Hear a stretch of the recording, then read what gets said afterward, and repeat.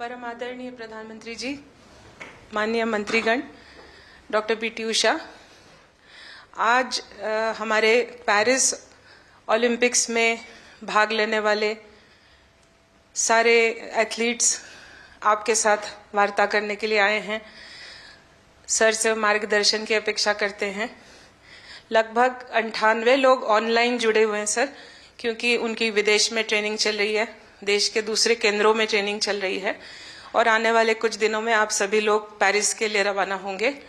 मैं अनुरोध करती हूँ सर से कि कृपया सबको मार्गदर्शन करें, प्रोत्साहन करें। धन्यवाद सर।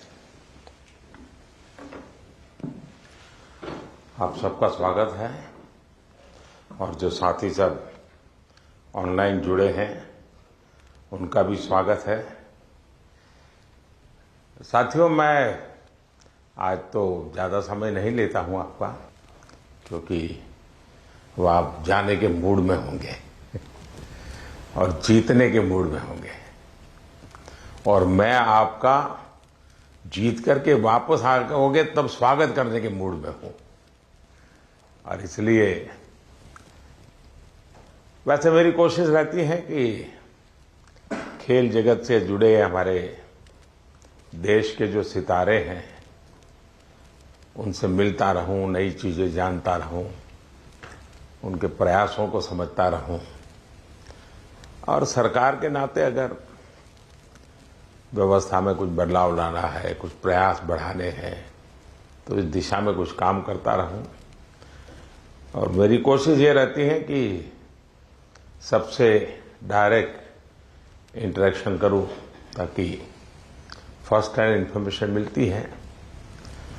खेल का एक स्वभाव होता है जी, हर विद्यार्थी का जैसे रहता है,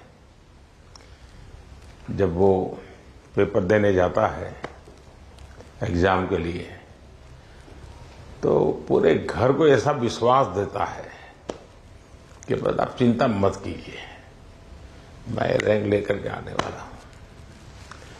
और जब उसको तो पता चल जाता है एग्जामिनेशन में कि क्या हो रहा है, क्या कर पाएगा, ठीक गया नहीं गया, तो निकलते ही शुरू कर देता है। पंखे की आवाज बहुत आ रही थी, खिड़की खुली थी तो मजा नहीं आ रहा था, टीचर बार बार मेरी तरफ देखते थे। तो आपने देखे होंगे ऐसे स्टूडेंट्स, उनके पास बहुत सारे बहाने होते हैं और हमेशा वो परिस्थितियों को दोष देते हैं और ऐसे लोगों की कभी जीवन में प्रगति नहीं होती है। वो बहाने बजाने में मास्टर हो जाते हैं लेकिन प्रगति नहीं कर पाते। लेकिन मैंने देखा है कि वे कभी भी परिस्थितियों को दोष नहीं देते। वो हमेशा कहते हैं कि जी मुझे वो टेक्निक मेरे लिए नई थी, वो जो करता था मैंने अंदाज नहीं लगाया कि वो भी एक तरीका हो सकता है। कहने का तात्पर्य है कि दोस्तों, हम खेलने के लिए जा रहे हैं, हम अपना बेस्ट परफॉर्मेंस के लिए जा रहे हैं, लेकिन ओलंपिक सीखने का भी बहुत बड़ा। अब तो एक तो मैं अपना खेल खेलूं और टेलीफोन करके सबको बताता रहूं, देखिए आज ऐसा रहा वैसा रहा। दूसरे होते हैं बाकी हर खेल देखने जाते हैं, फलाना देश कैसे खेल रहा है, ढिकना देश कैसे खेल रहा है, और वो चीजों को पूरी तरह ऑब्जर्व करता है, कोशिश करता है एब्सॉर्ब करने की और आकर के अपने कोच को भी बताया कि यार भाई मैंने देखा उसने तो बड़ा कमाल कर दिया था लास्ट मोमेंट, अब मुझे भी बताइए वो क्या टेक्निक थी। कभी उस वीडियो को लेकर के 10 बार देखता है कि उसने कैसे उसको पलटा था। तो इन्हें जो सीखने की वृत्ति से काम करता है उसके लिए सीखने के बहुत अवसर होते हैं। जो शिकायत में जीना चाहता है उसके लिए भी अवसरों की कमी नहीं होती है। दुनिया के समृद्ध समृद्ध देश भी, उत्तम से उत्तम सुविधाओं के साथ आए हुए लोग भी शायद शिकायत करते हुए नजर आएंगे, और हमारे जैसे देश के लोग जाते हैं, कई कठिनाइयां होती है, बहुत सी असुविधाएं होती है, लेकिन दिल में उसके मन में रहता है मेरा देश, मेरा तिरंगा झंडा, और इसलिए वो कठिनाइयों को, असुविधाओं को बिल्कुल साइड में रखता है, वो अपने मिशन के लिए लग जाता है। और इसलिए साथियों, मुझे पक्का विश्वास है कि इस बार भी खेल के मैदान में आप भारत का नाम रोशन करके आएंगे। जो पहली बार जा रहे हैं, जिनको ओलंपिक में जाने का पहला मौका मिल रहा है, ऐसे कौन कौन है? अच्छा, बेटियों की संख्या ज्यादा है, पहलवानों की संख्या ज्यादा है? अच्छा, जो पहली बार जा रहे हैं उनके मन में क्या चल रहा है, मैं जरा सुनना चाहूंगा, आप क्या सोच रहे हैं? आप में से कोई भी बताए। हाँ बताइए, आप कुछ कहना चाहती हो ना? ये पीछे, हाँ हाँ बताइए। तो मुझे काफी अच्छा लग रहा है कि मैं पहली बार हाँ, अपना परिचय बता दीजिए। और मैं रमिता जिंदल हूँ। एयर राइफल शूटिंग में मैं पहली बार ओलंपिक्स में जा रही हूँ, तो I am very excited to go because Olympics में जाने का सपना तो स्टार्टिंग से ही था मेरा, जब से स्पोर्ट्स स्टार्ट किया है मैंने। तो मुझे काफ़ी एक्साइटमेंट भी है और साथ में मोटिवेशन भी है काफ़ी कि देश के लिए मैं कुछ अच्छा करके आऊँ वहाँ। आपकी ट्रेनिंग कहाँ कहाँ हुई है? मैं हरियाणा से हूँ, बट मैं ट्रेनिंग चेन्नई में करती हूँ। परिवार में भी और कोई खेल जगत से जुड़े हुए थे कि आप ही ने शुरुआत की? नहीं, मैंने ही शुरुआत की है। अच्छा, वरना हरियाणा में तो हर घर में खिलाड़ी मिलेगा। बैठिए। और कौन कुछ बताएंगे अपना, जो पहली बार जा रहे हैं? बेटियां तो बहुत बता सकती है। दीजिए, वो बोलेगी कुछ। हाँ, मेरा नाम ऋतिका है और मैं हरियाणा रोहतक से हूँ और मैं बहुत खुश हूँ, मैं पहली बार जा रही हूँ।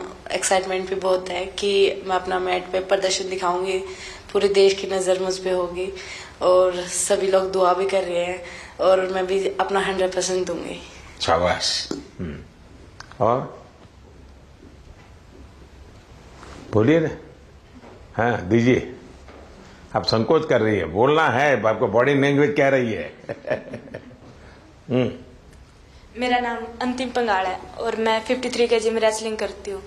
मैं अभी 19 साल की हूँ और मैं ओलंपिक खेलने जाऊंगी। बहुत खुशी है मुझे कि भाई अभी तक ओलंपिक में सिर्फ कुश्ती में एक ही मेडल आया लड़के का, और वो भी ब्रॉन्ज आया, तो मैं चाहती हूँ मैं इससे भी अच्छा मेडल लेके आऊँ। शाबाश। अच्छा, आप में से 18 से भी कम उम्र के कौन कौन है जिनकी एज 18 से कम है? एक, हाँ बताइए बेटा। हाँ। Hi, I'm Dinidhi Desingu. I'm 14 years old. I'm from Kerala, but I represent Karnataka generally.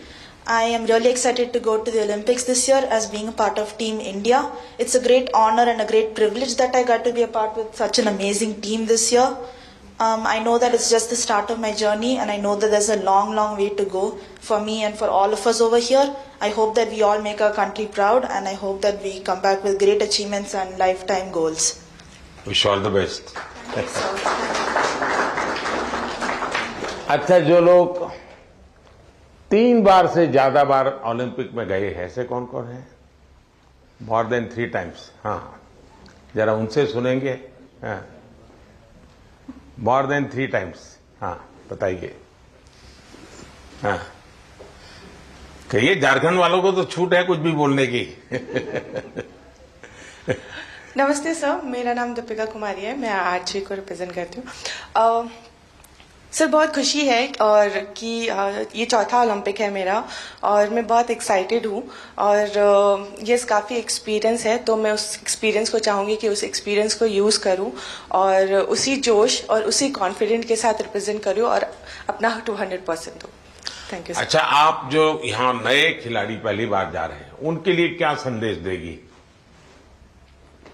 जो पहली बार जा रहे हैं इस टीम में?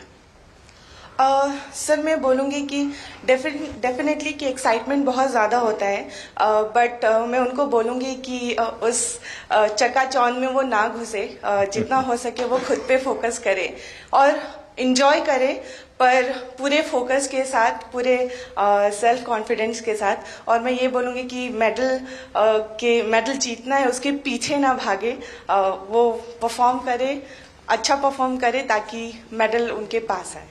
अब 3 बार हुआ ही, पहली बार गई, उसमें कुछ सीखा होगा, कुछ आपने आकर के उसको प्रैक्टिस किया होगा। दूसरी बार गई, कुछ और सीखा होगा। मैं जान सकता हूं कि आपने ऐसा कौन सी चीजें नई एडॉप्ट की जिसके कारण आपका कॉन्फिडेंस भी बढ़ा है और आपको लगता है कि आप देश को कुछ दे पाओगे? ये ऐसा तो नहीं कि रूटीन जो प्रैक्टिस करती थी वही करते, क्योंकि ज्यादातर मैंने देखा है, जैसे मैं योगा वगैरह करने की आदी हूं, तो मैं समझ देता हूं मेरे लिए। लेकिन मैंने देखा है कि जो एक रिदम बन जाती है, जाते ही जिससे शुरू करता हूं वही से एकदम से शुरू हो जाता है। फिर मैं थोड़ा कॉन्शियस होकर कहूँ आज ये 2 छोड़ो, 2 नई चीजें करूं, तो थोड़ा मुझे वैसा हर एक का आदत हो जाती है कि वो अपनी जो पुरानी हैबिट है उसी प्रकार से एक्ट करता रहता है और उसको लगता है मैंने कर लिया। आपकी स्थिति क्या है? सर, जो पुरानी अच्छी आदत है उसको कंटिन्यू करते हैं। और जैसे लास्ट टाइम कोई भी मैच से अगर हम हारते हैं तो उससे सीखते हैं और प्रैक्टिस में आके वो गलती ना करें, उसको हम हर दिन रिपीट करते हैं ताकि वो हमारे आदत में उतर आए, जो अच्छी आदत है वो उतर आए, और वही चीज हम कंटिन्यू करने की कोशिश करते हैं। कभी कभी बुरी आदत भी तो आदत बन जाती है, शरीर का हिस्सा बन जाती है। सर, होता है ऐसा, बहुत बार होता है कि बुरी आदत लग जाती है, बट हम खुद को बात करते हैं खुद से और रिमाइंड कराते हैं कि ये चीजें हमको कैसे कन्वर्ट करनी है अच्छी चीजों में। और कौन है जो 3 बार जाकर के आए हैं? नमस्ते सर, मैं पोअम एमआर एथलेटिक्स से हूँ।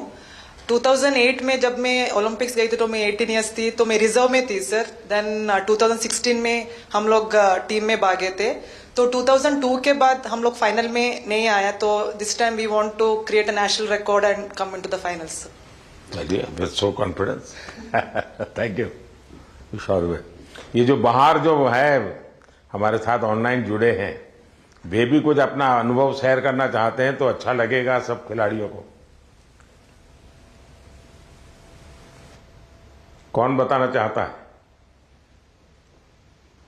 हाथ ऊपर करके शुरू कर दीजिए। नमस्कार सर। नमस्ते। मैं पीवी सिंधु। सर, मेरा अभी 3rd ओलंपिक्स में जा रही हूँ सर। तो फर्स्ट ओलंपिक्स में 2016 में सिल्वर लेके आई थी और 2020 टोक्यो में ब्रॉन्ज लेके आई थी। तो इस बार I hope I change the colour sir and I hope I come back with a medal. Obviously अभी बहुत एक्सपीरियंस से जा रही हूँ, but definitely it's not going to be easy, but I will try my best and hoping for another medal sir. Yeah. ये जो नए खिलाड़ी आ रहे हैं उनके लिए क्या कहोगी? बस फर्स्टली मैं बस ये कहती हूँ कि आई wish them all the very best. बहुत लोग ये सोचते कि ओलंपिक्स है कैसा खेलना, और प्रेशर भी बहुत रहता है, और कुछ लोगों को ये रहता है कि वो एक्साइटमेंट रहता है कि you know it's our first Olympics and we want to go to the Olympics.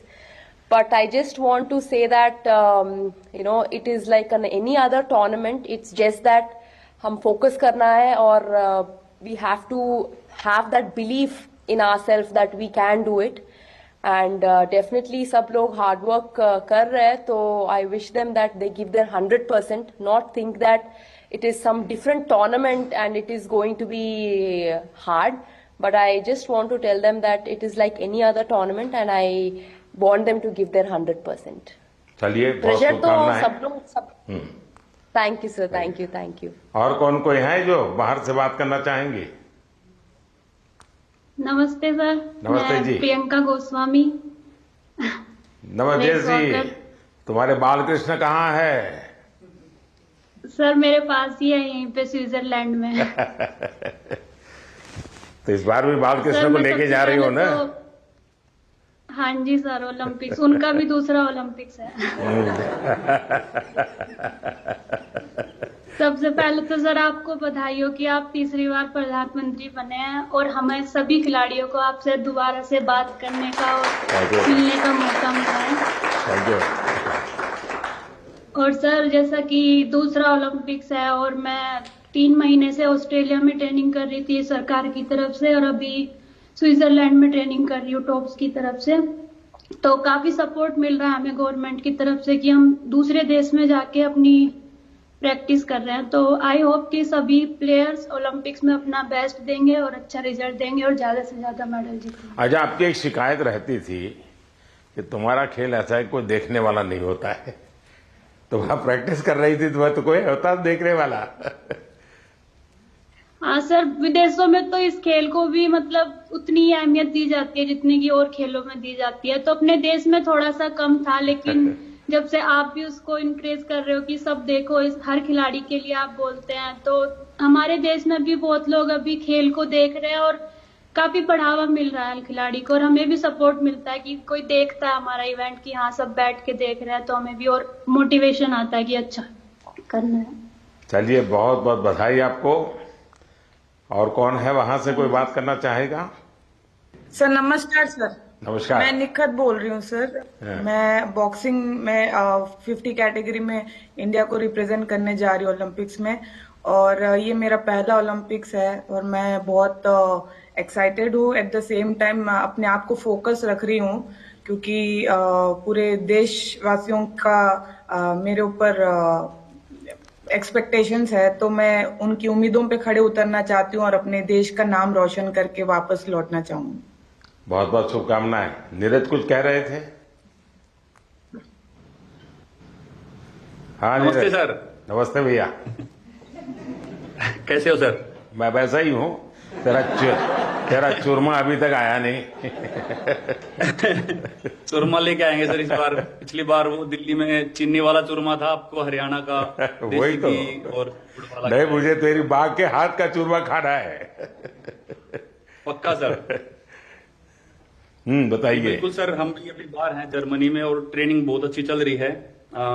इस बार मैं काफी कम कंपटीशन खेल रहा हूं क्योंकि बीच बीच में मुझे एक इंजरी हो रही है, पर अभी काफी बेटर है। अभी कुछ दिन पहले मैं फिनलैंड में कंपटीशन खेल रहा था और वो काफी अच्छा रहा, और 1 महीना है हमारे पास ओलंपिक्स के लिए और ट्रेनिंग बहुत बढ़िया चल रही है। कोशिश कर रहे हैं कि अपने आप को पूरा फिट करके जाएं पेरिस में और 100% दें सर अपनी कंट्री के लिए, क्योंकि 4 साल में आता है। मैं सभी एथलीट्स को ये बोलना चाहूंगा कि 4 साल में मौका मिलता है और अपने अंदर घुस के उस चीज को निकालें कि क्या वो चीज है जिससे हम अपना बेस्ट दे सकते हैं।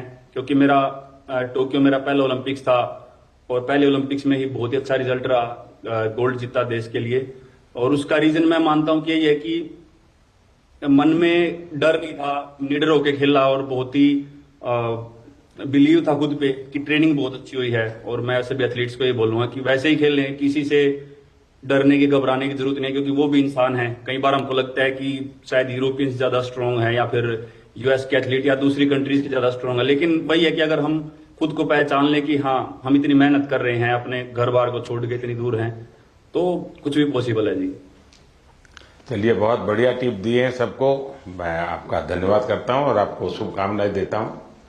आपका स्वास्थ्य अच्छा रहे, 1 महीने में कोई नई इंजरी ना हो भाई। बिल्कुल सर, वही कोशिश कर रहे हैं। देखिए साथियों, आपने देखा होगा कि 2-3 बातें बहुत अच्छी निकली, क्योंकि आप जो अनुभवी लोग हैं उनसे जो जानने को मिलता है उसकी एक अहमियत होती है। जैसे आपको बताया गया कि वहां के तामझाम में डूब मत जाना, खूब मत जाना, ये बहुत सही है जी। अदरवाइज हमारे लिए वो उसी का प्रभाव इतना होता है कि हम शायद अपनी चीज को फोकस नहीं कर पाते हैं। दूसरा, परमात्मा ने हमें एक कद दिया है, बाकी खिलाड़ी हमसे बड़े कद वाले होते हैं, लेकिन हम पक्का मान के चले यहां कद का खेल नहीं है जी। यहां कौशल्य का खेल है, आपकी टैलेंट का खेल है। सामने वाले का शरीर हमसे 2 फीट ऊंचा है, चौड़ा है, इसकी परवाह मत कीजिए। आपको अपने टैलेंट पे भरोसा होना चाहिए, और फिर सामने कितना ही शरीर मोटा हो, बड़ा तगड़ा हो, दिखने में बड़ा शानदार हो, तो वो जीत ही जाएगा मानने का कारण नहीं होता है। तो हमने कोशिश, अपने पास जो कौशल्य है, अपने पास जो टैलेंट है, उस पर ही हमारा फोकस होना चाहिए और वही हमें परिणाम देता है। आपने देखा होगा कि बहुत सारे लोग, बहुत कुछ आता है उनको, लेकिन एग्जामिनेशन के समय गड़बड़ हो जाती है। उनको लगता है यार याद नहीं आता है, फिर सोचता है कुछ कोरिलेट करता है, और उसका मूल कारण उसका एग्जाम पर ध्यान कम होता है। उसका मूल कारण होता है कि अगर मैं अच्छा नहीं करूंगा तो घर वाले क्या कहेंगे, अगर मैं मार्क्स कम लाए तो क्या, उसी प्रेशर में रहता है। आप चिंता छोड़ दीजिए दोस्तों, आप खेलिए अच्छा बस। अरे मेडल आते भी हैं, नहीं भी आते, क्या है, ये प्रेशर कभी मत रखिए। हाँ, अपना 100% बेस्ट देना है, ये मिजाज अपना होना चाहिए और उसमें कोई कमी नहीं होनी चाहिए। दूसरा, आप लोग जानते होंगे, आपको शायद ये आपके कोचेज हैं वो सब, ये आपकी जो साइकोलॉजिकल जो ट्रीट करते हैं वो भी आपको समझाते होंगे। खेल जगत में प्रैक्टिस का जितना महत्व है, कंसिस्टेंसी का जितना महत्व है, उतना ही महत्व नींद का है। और कभी कभी तो कल सुबह मैच होने वाला, आज रात को नींद ही नहीं आ रही है, और शायद कोई और चीज हमें जितना नुकसान नहीं करती है, उससे ज्यादा नींद का अभाव नुकसान करती है। और आपको आश्चर्य होगा कि एक ऐसा प्रधानमंत्री है जो हमको सोने के लिए कह रहा है लेकिन मैं आपसे आग्रह से कहूंगा, अच्छी नींद बहुत जरूरी है खेल जगत के लिए, किसी भी जीवन के हर चीज के लिए। और आजकल तो मेडिकल साइंस भी नींद पर बहुत बल दे रहा है कि आपकी नींद कितने समय की है, कितनी साउंड स्लीप है, इसका बड़ा महत्व माना जाता है। और नया मेडिकल साइंस में इन चीजों को बड़ा स्वीकार किया जा रहा है। और इसलिए कितना ही एक्साइटमेंट क्यों ना हो जी, आप नींद पक्की करके, वैसे आप लोग मेहनत इतनी करते हैं कि आपको नींद आना बहुत स्वाभाविक होता है, क्योंकि आप गहरी नींद में चले जाए तो इतनी मेहनत करते हैं शरीर से। लेकिन शरीर की मेहनत वाली नींद एक बात है, और सभी चिंताओं से मुक्त सोना ये अलग चीज है। और इसलिए मैं आपसे आग्रह करूंगा कि आप नींद के संबंध में जरा भी कॉम्प्रोमाइज, और थोड़े दिन पहले इसीलिए भेजते हैं कि थोड़ा आप वहां पर जेट लैग वगैरह समस्याओं से बच जाए, वहां थोड़ा कंफर्ट फील करें, और उसके बाद आप खेल के मैदान में उतरे तो आपको सुविधा रहे, इसलिए एक व्यवस्था सरकार करती है। खिलाड़ियों की सुविधा के लिए इस बार भी कुछ नई नई चीजें करने का प्रयास किया है, लेकिन फिर भी मैं कह नहीं सकता हूं कि हर एक को सब कुछ वहां सुविधाजनक होगा ही कि नहीं होगा, लेकिन कोशिश की है। इन दिनों हम वहां के जो भारतीय समुदाय है उनको भी जरा एक्टिवेट करते हैं, उनको मोबिलाइज करते हैं, जरा आप भी हमारे खिलाड़ियों के साथ जरा जुड़िए। कुछ डिसिप्लिन रहती है, इसलिए उतने तो निकट नहीं रह सकते, लेकिन फिर भी वो ख्याल रखते हैं, चिंता करते हैं। जिसका खेल पूरा हो जाता है उसकी तो भरपूर चिंता करते हैं। लेकिन हम कोशिश करते हैं कि एक प्रकार से आप लोगों के लिए कंफर्ट रहें, असुविधा ना हो, और आप लोग अच्छा परिणाम लेकर के आए। मेरी तरफ से आप लोगों को बहुत बहुत शुभकामनाएं हैं, और मैं आप लोगों का फिर से एक बार इंतजार करूंगा जब आप 11 अगस्त को तो सारा खेल पूरा होगा। आप में से लोग जल्दी जाएंगे, जल्दी आएंगे, ऐसा तो क्रम रहता है, लेकिन मैं कोशिश करूंगा कि 15 अगस्त को एक बार लाल किले पर जब कार्यक्रम होता है तो आप लोग भी उसमें उपस्थित रहें, ताकि देश देखेगा कि यहाँ से हमारे ओलंपिक खेलने के लिए जो गए थे, क्योंकि ओलंपिक खेलने जाना ये भी बहुत बड़ी बात होती है जी।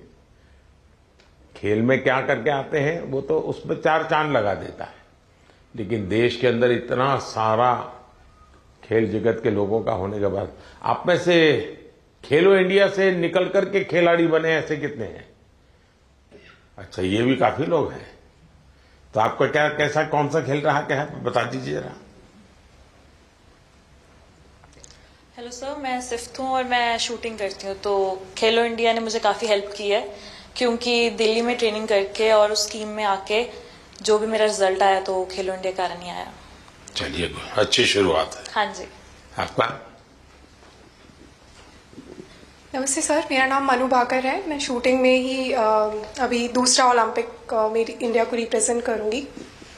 2018 में जो फर्स्ट एडिशन था खेलो इंडिया स्कूल गेम्स का, उसमें मैंने नेशनल रिकॉर्ड के साथ गोल्ड मेडल जीता था और वहीं से उसके बाद मैं टॉप्स के कोर ग्रुप में आ गई थी। और तब से बस ये था कि इंडिया की जर्सी चाहिए और इंडिया के लिए खेलना है। और खेलो इंडिया एक ऐसा प्लेटफॉर्म था जो बहुत सारे लोगों को उसने एक मार्गदर्शन दिया है और आई थिंक वहाँ से काफ़ी सारे एथलीट्स ऐसे हैं जो आज मैं अपनी टीम में देखती हूँ, मेरे साथ भी खेलते हैं और मेरे से जूनियर भी हैं जो खेलो इंडिया से आए हैं। और उसकी एक बड़ी स्टेप होती है टॉप्स, जो मुझे 2018 से ही उसका सपोर्ट मिला है और मैं बहुत ही शुक्रगुजार हूँ कि इनकी सपोर्ट की वजह से जो एक खिलाड़ी की छोटी छोटी समस्याएं होती हैं वो उनका हल निकाल देते हैं। तो आई थिंक बहुत मेजर रोल प्ले किया है मेरे लिए तो खेलो इंडिया ने और टॉप्स ने। सो जी सर, जो आज मैं यहाँ हूँ मैं उसके काफ़ी हद तक उसका सहारा रहा है। जी शुक्रिया सर। चलिए, बहुत शुभकामनाएं आपको। और कोई है जो कुछ कहना चाहते हैं? आप अपने हिसाब से कुछ बात बताना चाहते हैं? हाँ, नमस्कार सर, मैं हरमनप्रीत सिंह हूँ हॉकी टीम से। तो सर, लास्ट टाइम जो हमने ओलंपिक में ब्रॉन्ज मेडल जीता था 41 ईयर्स के बाद, तो वो बहुत हमारे लिए प्राउड मोमेंट थी। एंड क्योंकि हॉकी की जो हिस्ट्री है वो बहुत बड़ी रही है एंड इस बार कोशिश बहुत अच्छी चल रही है। एंड फैसिलिटीज की बात करूं, सब दिख रहे हैं। हाँ जी आपकी टोली। तो फैसिलिटी सर, हम बेंगलोर साई में रहते हैं तो one of the best facilities हमें मिल रही हैं। जैसे आपने रिकवरी के बारे में बोला, स्लीप के बारे में बोला, और वहाँ पे जो हमारा रिकवरी का है, फूड से लेकर सारा कुछ सर बहुत अच्छा मिल रहा है हमें। और इस बार भी हम पूरी अपनी मेहनत कर रहे हैं एंड टीम हमारी जो है बहुत स्ट्रांग है। तो उम्मीद करते हैं सर इस बार और बेहतर करें और देश के लिए मेडल लेके आए सर। शायद किसी एक खेल पर सबसे ज्यादा देश का प्रेशर है तो हॉकी पर होता है, क्योंकि देश के सब लोग मानते हैं ये तो हमारा खेल है, हम कैसे पीछे रह गए। सबसे ज्यादा प्रेशर रहता है हॉकी के खिलाड़ियों पर, क्योंकि देश का हर बच्चा ही मानता है ये तो हमारा खेल है, ये हम कैसे हार सकते हैं। बाकियों में तो कहते हैं हाँ भाई चलो हमारे लोगों ने कोशिश की, प्रयास किया, निकाल रहे हैं। ये हॉकी के विषय में कॉम्प्रोमाइज नहीं करते और इसलिए उनको मेहनत भी ज्यादा करनी पड़ती है। लेकिन मेरी शुभकामना है, आप पक्का करके लाओगे, मुझे पूरा भरोसा है। Thank you sir, thank you. चलिए साहब, मैं आपसे यही कहूंगा कि ये देश के लिए कुछ कर गुजरने का एक अवसर होता है। आपने अपनी तपस्या से इस स्थान तक पहुंचे हैं, अब आपके लिए अवसर है देश को कुछ देने का। और देश को देने के लिए खुद का बेस्ट खेल के मैदान में देना पड़ता है। जो खेल के मैदान में खुद का बेस्ट देता है वो देश के लिए गौरव लेकर के आता है। और मुझे पक्का विश्वास है कि हमारे सभी साथी इस बार पुराने सारे रिकॉर्ड तोड़ करके आएंगे। इस बार भारत की कोशिश है कि हम 2036 में ओलंपिक की मेजबानी हमारे देश में करें। उससे भी एक बड़ा माहौल बनता है कि हमारी दिशा में हम प्रयास कर रहे हैं और हो सकता है शायद अभी तैयारियां इंफ्रास्ट्रक्चर के लिए जो चाहिए उस पर काम काफी चल रहा है। जो भी एक्सपर्ट लोग हैं उस पर काम कर रहे हैं। आप लोग भी अगर खेल के बाद, खेल के पहले तो मैं नहीं कहूंगा, वहां व्यवस्थाएं क्या, इस बार फ्रांस में अलग अलग शहरों में ओलंपिक हो रहा है और एक तो पूरा बहुत दूर एक आइलैंड पे हो रहा है, तो एक अलग प्रकार का ही वहां माहौल रहेगा। लेकिन फिर भी वहां की व्यवस्थाओं में अगर आपकी रुचि हो, उसको ऑब्जर्व करें, उसको अगर नोट करें, क्योंकि खिलाड़ियों से जो इनपुट मिलता है तो जब हम 2036 की तैयारी करेंगे वो इनपुट बहुत काम आएगा कि भाई वहां ये था, वहां वो था, वहाँ इस चीज़ की कमी थी, वहाँ उस चीज़ की कमी थी। तो ऐसी चीज़ें भी अगर आप ऑब्जर्व करके आएंगे तो 2036 के लिए हमें जो करना है उसमें हमें बहुत सुविधा मिलेगी। तो मेरी तरफ से आप सबको बहुत बहुत शुभकामनाएं। धन्यवाद। For more such videos, subscribe to the NewsX YouTube channel, hit the bell icon.